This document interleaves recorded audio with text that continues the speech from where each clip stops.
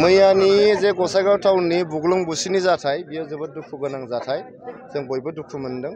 सानै दखानदारनि गेजेराव माबा दावराव दावसि दङमोन, हाखौ लानानै सेलायनाय दङमोन बा दखानखौ लानानै सेलायनाय दङमोन। दा बेखौहाय समाधान खालामनो थांनायाव भाइस चेयारमेन बिसोर थांदोंमोन।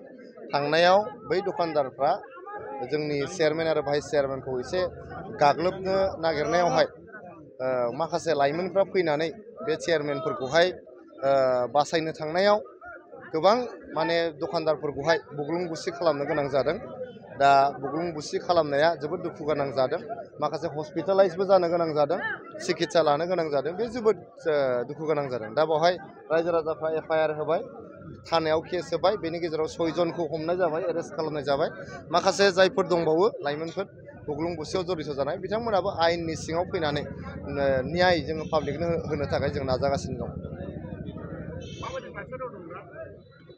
गासिबो माखासेफ्रा मोजां जानानै फैजोब्बाय न'आव, जायफोर माबादों माइनर इन्जुरि जादों। सासेया एसे खर'आव दुखु मोनदों, बेखौहाय जोङो दा क'क्राझार मेडिकेल कलेजाव ट्रिटमेन्ट होगासिनो दङ। बेबो मोजां जाबोगासिनो दङ। हयथ' दा बेलासि नङाबा गाबोन फुंनि गेजेरावनो बिथाङाबो रिलिज लानानै न'आव फैफिननो हासिगोन।